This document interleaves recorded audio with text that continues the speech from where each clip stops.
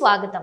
Panchayat municipal ఎన్నికల్లో వికలాంగులకు రిజర్వేషన్లు కల్పించిన పక్క రాష్ట్ర ముఖ్యమంత్రి స్టాలిన్ చూసైన ప్రజాపాలన పేరుతో ప్రజాస్వామ్యబద్ధంగా హక్కుల కోసం ఉద్యమిస్తున్న వికలాంగుల ఉద్యమాలను అణచివేస్తున్న తెలంగాణ ముఖ్యమంత్రి రేవంత్ రెడ్డి తెలంగాణ పంచాయతీ ఎన్నికల్లో వికలాంగులకు రిజర్వేషన్ కల్పించేందుకు వెంటనే ముందుకు రావాలని భారత వికలాంగుల హక్కుల పరిరక్షణ సమితి రాష్ట్ర అధ్యక్షులు గిద్దే రాజేష్ డిమాండ్ చేశారు.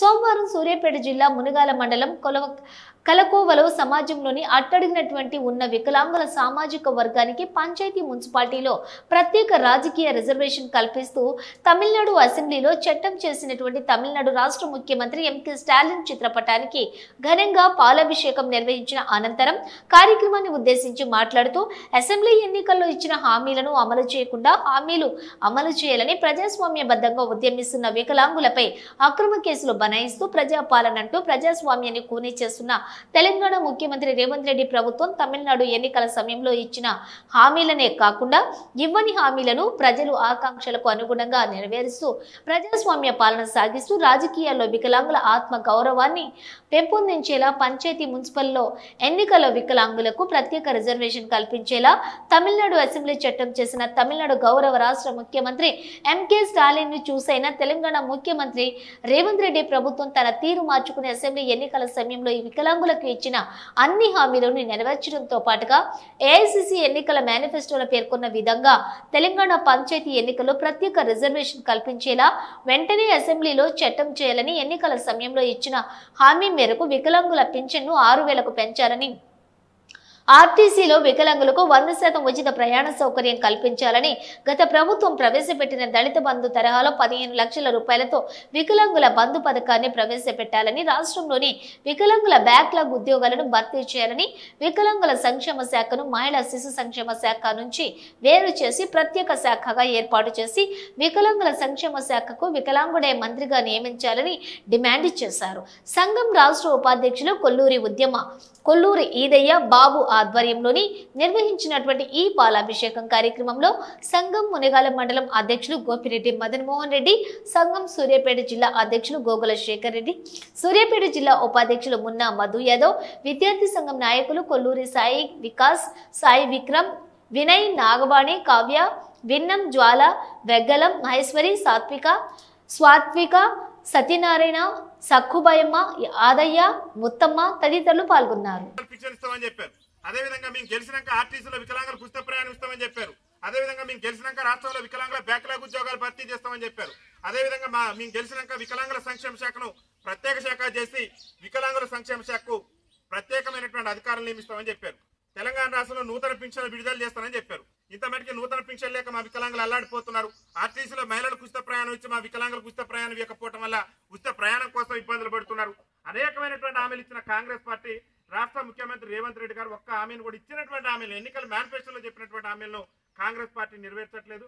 కానీ ఇవ్వనటువంటి హామీలను ఎన్నికల మేనిఫెస్టోలో కూడా స్టాలిన్ గారు డిఎంకే తన ఎన్నికల మేనిఫెస్టోలో ఎక్కడ కూడా పెట్టలేదు. కానీ పెట్టకుండా కానీ అక్కడ ఉన్నటువంటి ప్రజల ఆకాంక్షలకు అనుగుణంగా ప్రజా ప్రభుత్వంగా ఒక ప్రజల మనిషిగా ప్రజల హృదయాల్లో ఇవాళ వికలాంగుల జాతి బిడ్డలకు ఒక గొప్ప దైవంగా మేము స్టాలిన్ గారిని భావిస్తున్నాం. స్టాలిన్ గారు మాకు దేవుడితో సమానం. ఇవాళ తమిళనాడు రాష్ట్రంలో ఉన్నటువంటి వికలాంగులకే కాదు, ఇది ఒక దేశానికి ఒక దిక్సూచి చూపించిండు.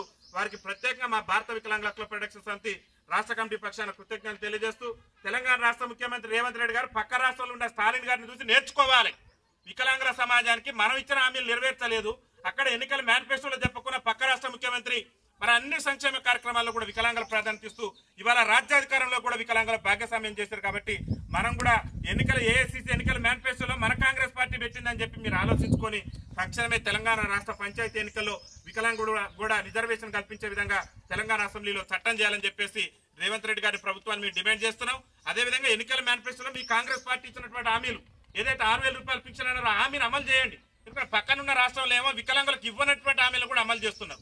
అక్కడ వికలాంగుల సమాజం యొక్క ఎదుర్కొంటున్న ఇబ్బందులు మా యొక్క ఆకాంక్షలకు అనుగుణంగా తమిళనాడు ప్రభుత్వం పనిచేస్తుంది. కానీ మీరు ఇక్కడ మా ఓట్లతో గద్దెనెక్కి ఎన్నికల ముందు అనేక బహిరంగ సభలలో పిసిసి అధ్యక్షుని హోదాల్లో మేము అధికారంలోకి వస్తే వికలాంగులకు అది చేస్తాం ఇది చేస్తామని అనేకమైనటువంటి ఉపన్యాసాలు ఇచ్చిన ఈ రాష్ట్ర ముఖ్యమంత్రి రేవంత్ రెడ్డి మరి వికలాంగులకు ఇచ్చిన ఏ ఒక్క హామీని కూడా 16 నెలల పాలన పూర్తిగా వస్తుంది.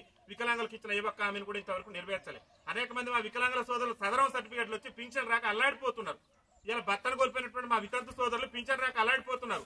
ఇవాళ గీతా కార్మికులు వయసు మీద పడి గీతా కార్మికుల పింఛన్ కోసం ఎదురు చూపులు చూస్తున్నారు. వృద్ధాప్యంలో కొడుకులు చూడక మరి ప్రభుత్వం ఇచ్చేటటువంటి ఆసరా పింఛన్ కోసం మా పెద్దమ్మలు పెద్దయ్యలు ఎదురు చూస్తున్నారు. కానీ రాష్ట్ర ముఖ్యమంత్రి గారికి ఏమాత్రం చలనం కలగట్లేదు. తక్షణమే రాష్ట్రంలో నూతన పింఛన్లు విడుదల చేయాలి.